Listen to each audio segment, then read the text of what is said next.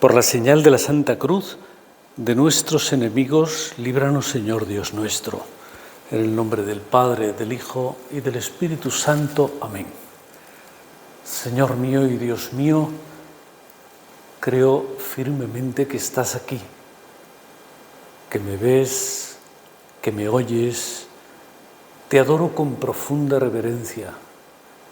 Te pido perdón de mis pecados y gracia para hacer con fruto este rato de oración.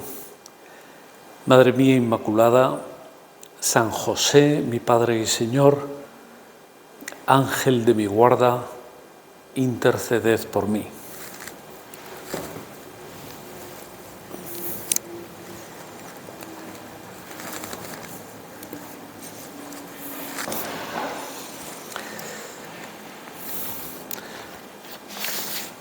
Pues una vez más celebramos una de las grandes fiestas, y en este caso una fiesta de la Virgen, ¿verdad? Hoy es la Asunción de Nuestra Señora, de la Santísima Virgen, en la que la Iglesia lo que celebra es la entrada, por decirlo de algún modo, la entrada de nuestra Madre en la gloria del cielo.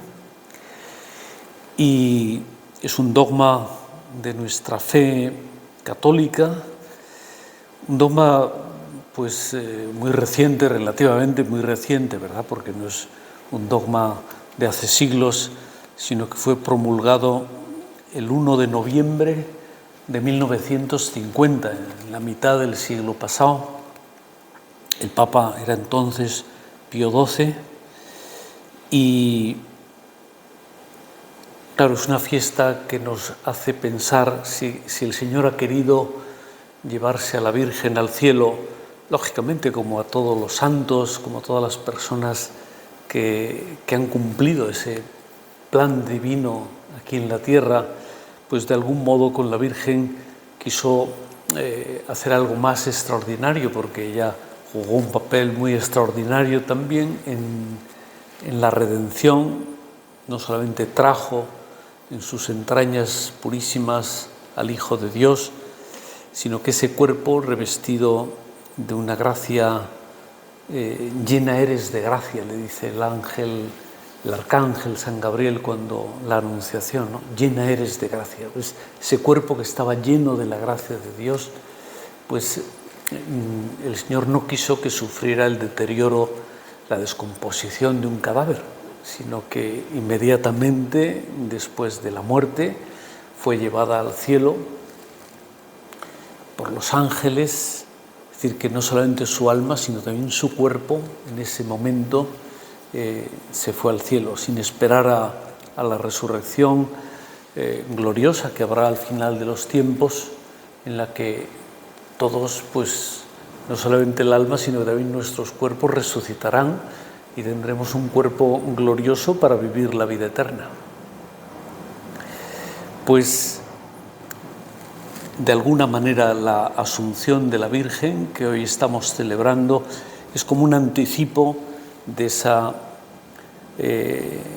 propia gloria que vamos a tener cada uno de nosotros cuando lleguemos, si procuramos dar a Dios en esta vida pues toda la gloria que Él se merece. Y en esa misma medida, pues algún día, cuando el Señor venga, como decimos en el credo, a juzgar a los vivos y a los muertos, pues resucitarán los cuerpos y Dios nos tendrá en su gloria para siempre. Por eso, de esta idea, que es la fiesta de hoy, pensaba el tema de esta meditación, es decir, que todo lo que hagamos en esta vida tiene que ser ya para la gloria de Dios, porque después lo que querríamos es vivir, disfrutar eternamente de esa gloria de Dios.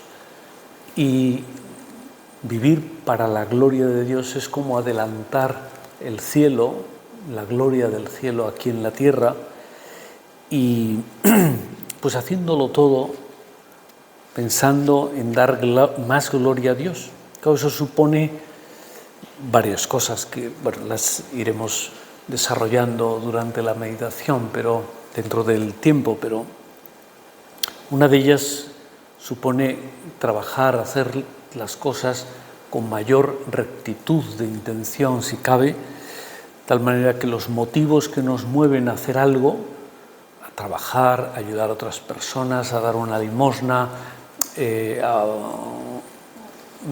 vivir o soportar un sacrificio, una enfermedad, la atención de alguna persona que necesita más cuidados, que tengan como último motivo dar gloria a Dios. No es ni para quedar bien, ni para ganar más dinero.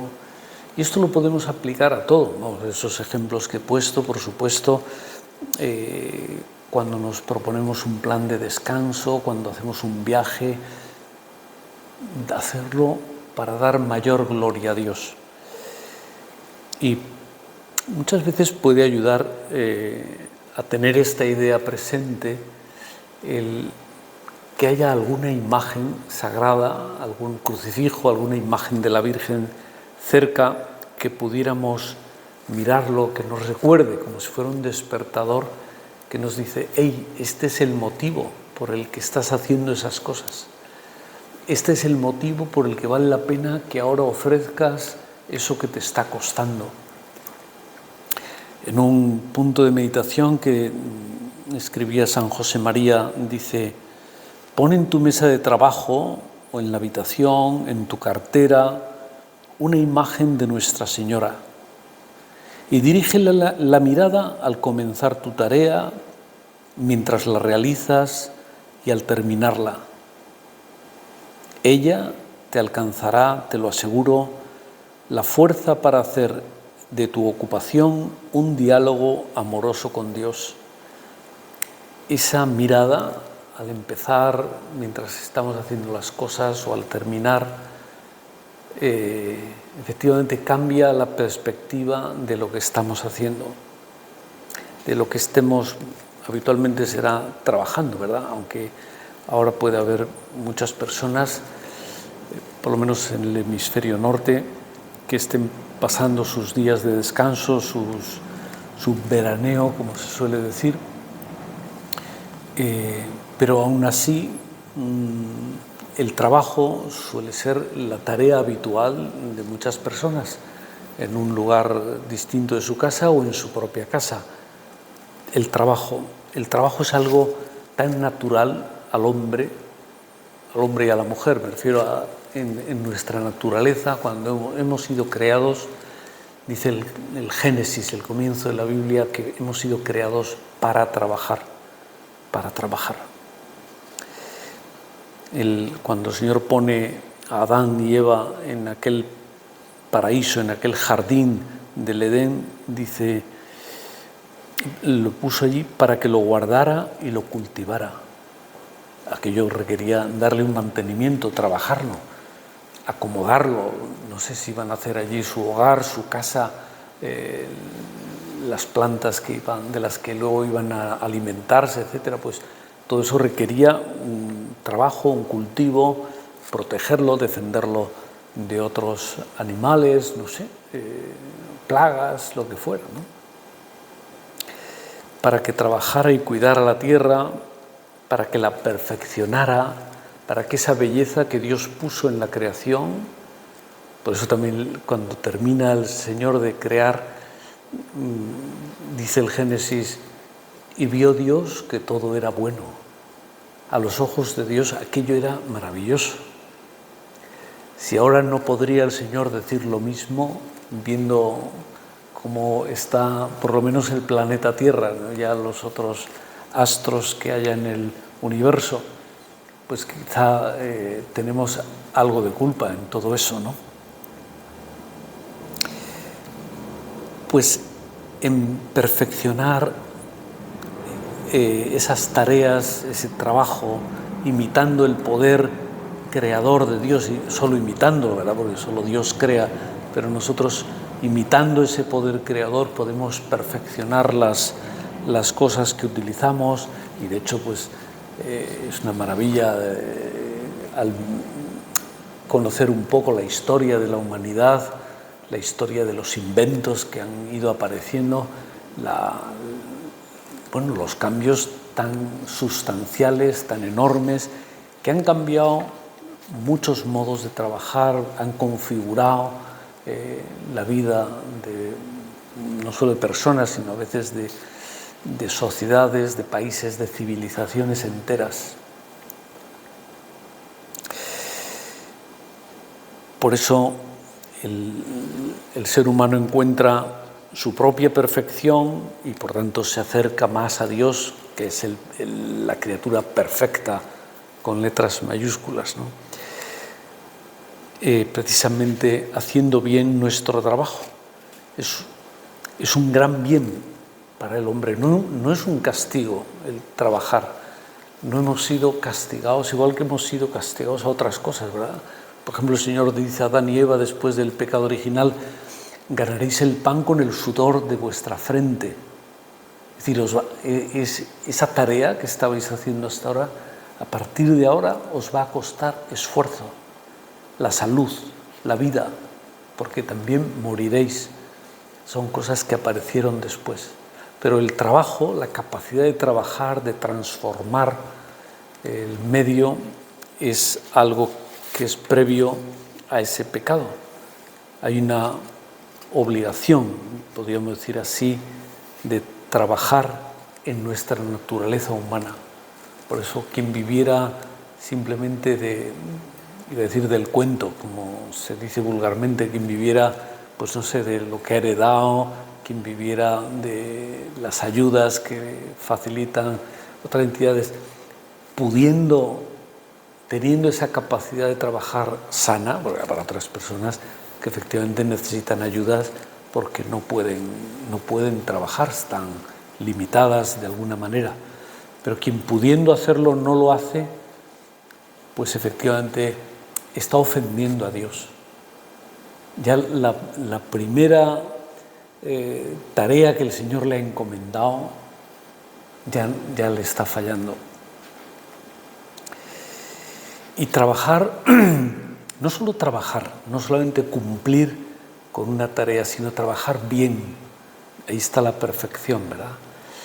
Trabajar bien porque es un trabajo que queremos ofrecer a Dios, que sea digno de ser ofrecido a Dios. Por eso cuando a Dios se le ofrecía en el Antiguo Testamento algún animal, cuando se hacían los sacrificios en el templo o en otros lugares, altares que se consagraban a Dios, pues se elegían siempre animales que reunían una serie de condiciones. No valía cualquiera, tampoco era digno y aquello se consideraba una traición a Dios, ofrecerle en sacrificio animales que no servían para trabajar o que no servían para el alimento, que no eran buenos para el hombre, pues estos vengan para sacrificarse.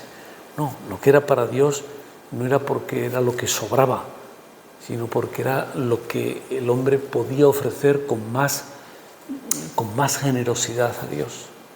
Por esto, llevándolo al tema del trabajo del que estaba hablando, ese trabajo nuestro es un sacrificio digno de ser ofrecido a Dios. Es un trabajo propio de Dios cuando se hace hombre, Jesucristo, y que también se pasa 30 años de su vida trabajando con sus propias manos en aquel taller, aquella carpintería que primero era de San José. Jesús ya había empezado a redimirnos en aquellos años de trabajo. Luego, por supuesto, al predicar, al revelarnos tantas cosas, al hacer milagros, a las curaciones, pero mientras pasaba oculto, mientras solo María y José sabían que ese niño o que ese muchacho era el Hijo de Dios encarnado, ya nos estaba redimiendo con su trabajo realizado de un modo, pues claro, es el trabajo realizado por Dios.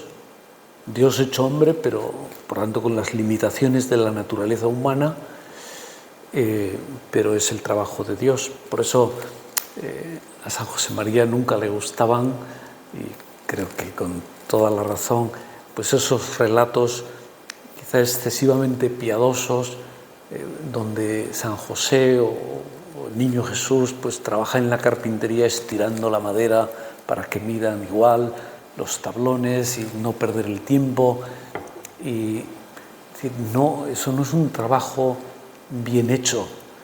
No es los hombres, si trabajáramos así, bueno, no podríamos, porque no podemos estirar los tablones de madera a nuestro gusto, pero eso sería servirse de, no sé, de magia o de algo para hacer algo, y no es lo propio. Lo nuestro es que las cosas salen con esfuerzo y a veces salen mal y hay que desecharlo o hay que cortar el que quedó más grande y hacer un mueble más pequeñito, no sé, de algún modo habrá que aprovechar lo que se tiene. Pido a Dios que te sirvan también de modelo la adolescencia y la juventud de Jesús, son palabras de San José María. Lo mismo cuando argumentaba con los doctores del templo que cuando trabajaba en el taller de José. Es un modelo, esos años de adolescencia y de juventud que nos sirven. Lo conocemos poco porque el Evangelio dedica muy poco espacio a narrar ese tiempo de la vida del Señor, pero con nuestra imaginación, metiéndonos en las escenas, lo habremos hecho tantas veces, podemos imaginarnos muy bien, conocer muy bien cómo sería la vida de Jesús, esa vida escondida, y cómo detrás de aquel trabajo manual, en este caso, estaba santificando todo el trabajo humano, porque es el trabajo del hombre con letras mayúsculas, ¿verdad? Porque es el Hijo de Dios y ofrecido a Dios por un hombre, Jesucristo. Ese es nuestro modelo.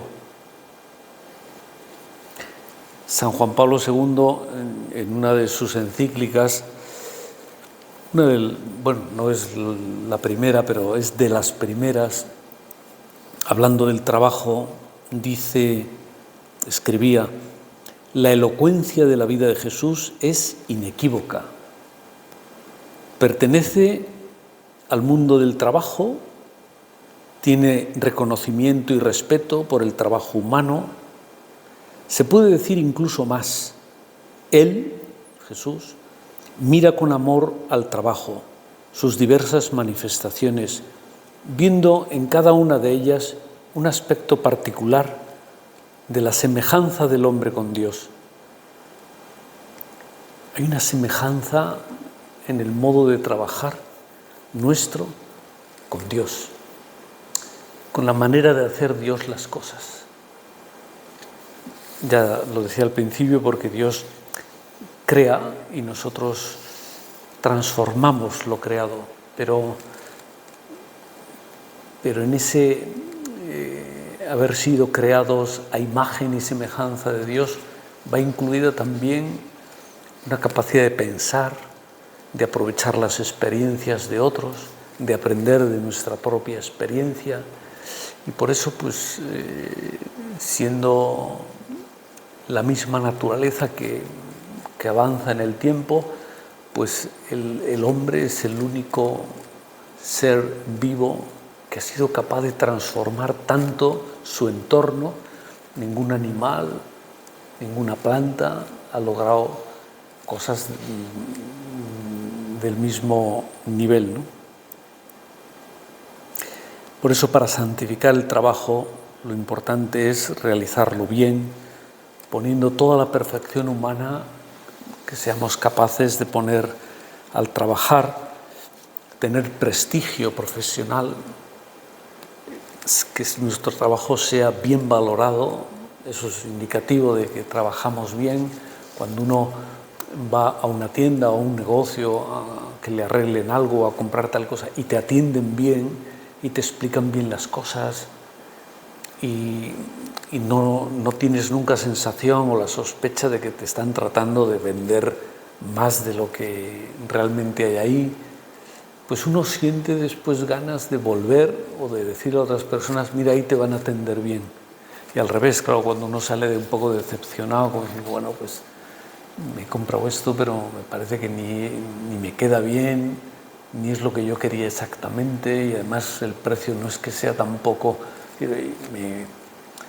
Me han quizá engañado, no es la palabra, ¿verdad? Pero no, me siento defraudado, y desde luego uno no terminaría nunca haciéndole publicidad a esa tienda. No se puede santificar un trabajo que humanamente sea una chapuza, porque no debemos ofrecer a Dios tareas mal hechas. Es otro de esos pensamientos de San José María en el libro Surco. No podemos hacer chapuzas. A todos nos apetece a veces terminar por hacer una chapuza y hacer dos cosas al mismo tiempo, y en realidad no hacer ninguna bien. Queremos, por eso decía al principio, lo importante es la rectitud de intención. Esto es para Dios, por eso vale la pena, aunque tarde más, hacerlo bien, acabarlo bien, poner las últimas piedras, que las cosas se acaben. Lo cuenta con gracia también San José María cuando quiso, porque por ahí se lleva mucho bendecir la primera piedra de un edificio, de una construcción que se va a hacer, de una zona de viviendas, pero cuando se construyó Vilatevere, la casa central de la obra en Roma, pues nuestro padre lo que quiso fue bendecir la última piedra. Y él decía, me encontré que había una laguna en el bendicional, no existe esa bendición para las últimas piedras.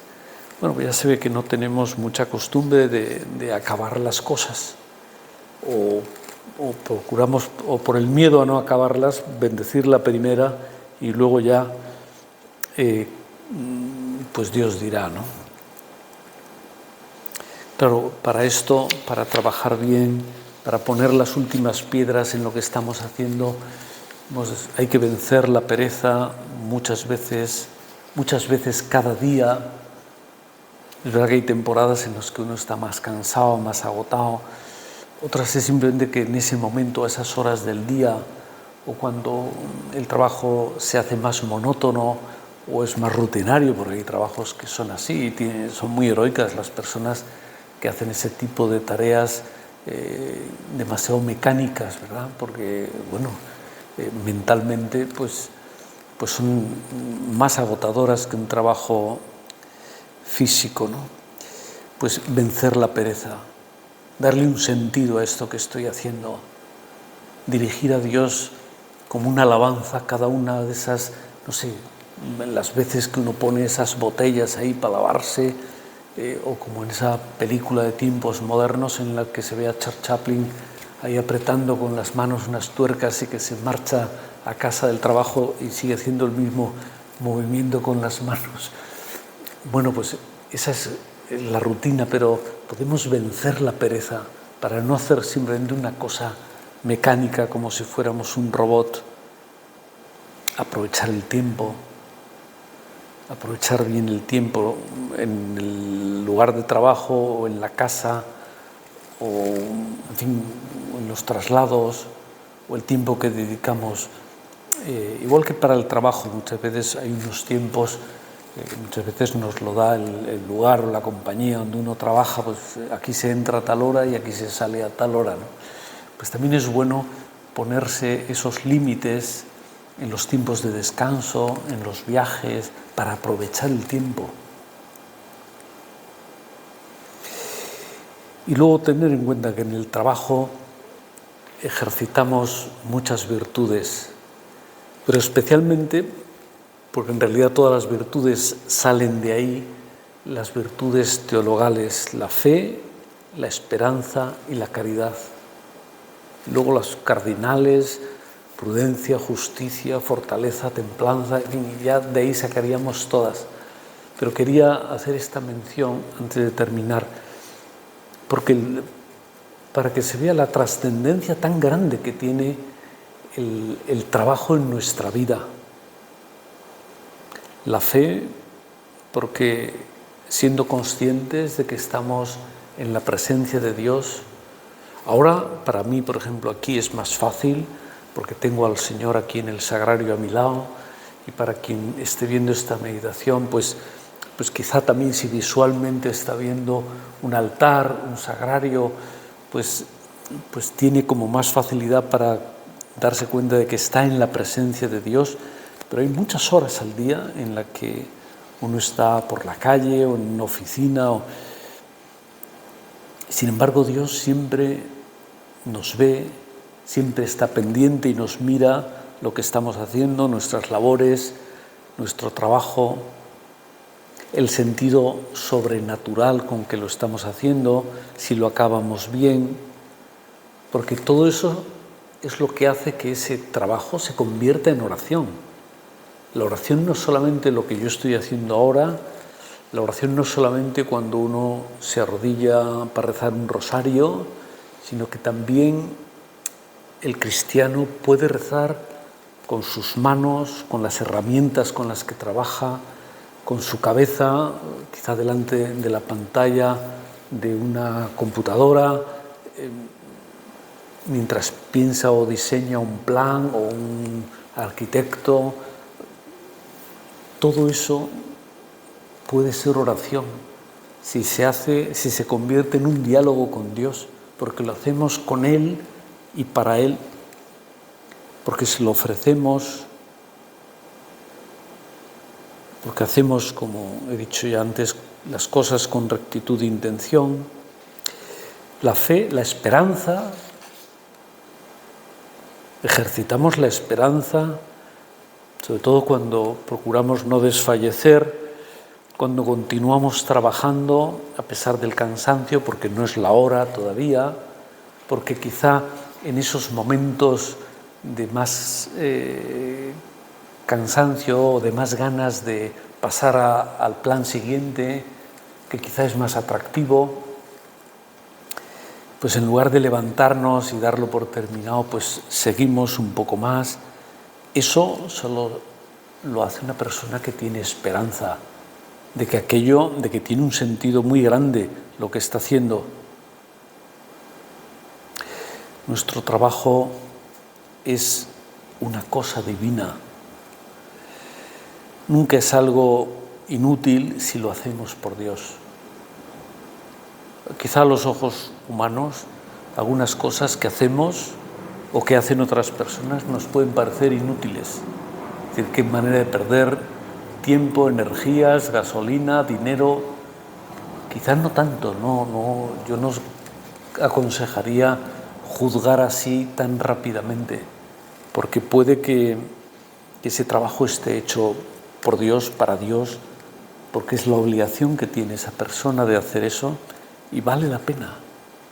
Vale la pena, pues no sé, el tiempo que pasa una persona hospitalizada porque ha tenido un accidente o de una enfermedad o un posoperatorio que se ha complicado, y allí en la cama parece que pierde el tiempo, que su vida es una pérdida de tiempo, y no, porque está haciendo quizá todo lo que puede hacer en ese momento, que es, no sé, tomarse las medicinas, tener paciencia, ser un buen enfermo, un buen paciente, no quejarse, ofrecerle a Dios esos sufrimientos.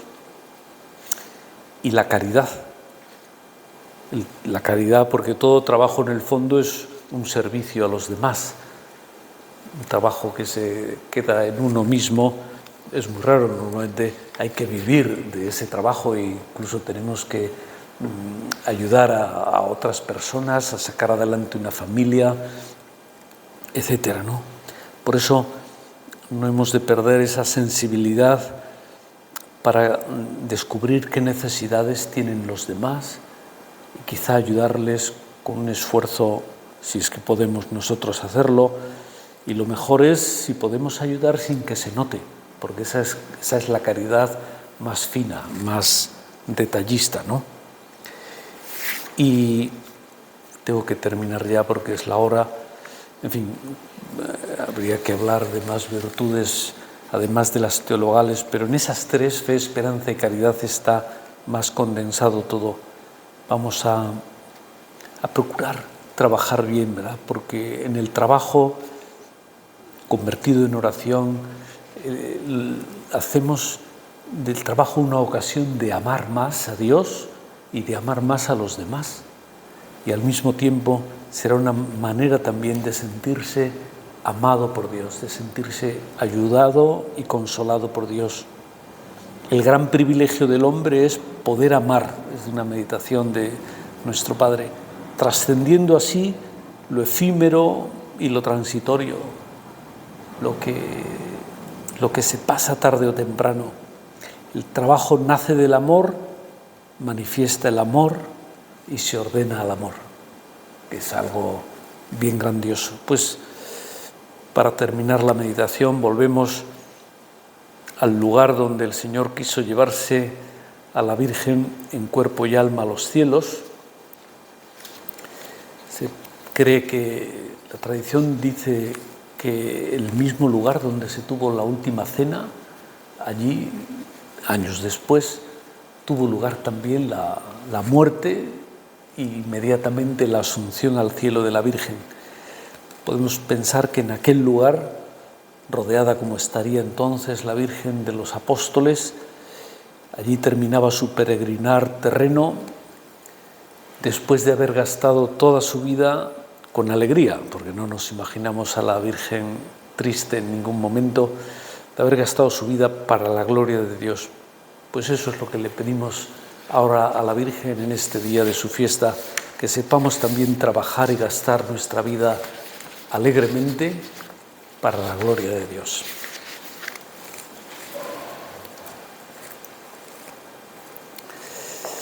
Te doy gracias, Dios mío, por los buenos propósitos, afectos e inspiraciones que me has comunicado en esta meditación. Te pido ayuda para ponerlos por obra. Madre mía Inmaculada, San José, mi Padre y Señor, Ángel de mi guarda, interceded por mí. Santa María, esperanza nuestra y causa de nuestra alegría, ruega por nosotros.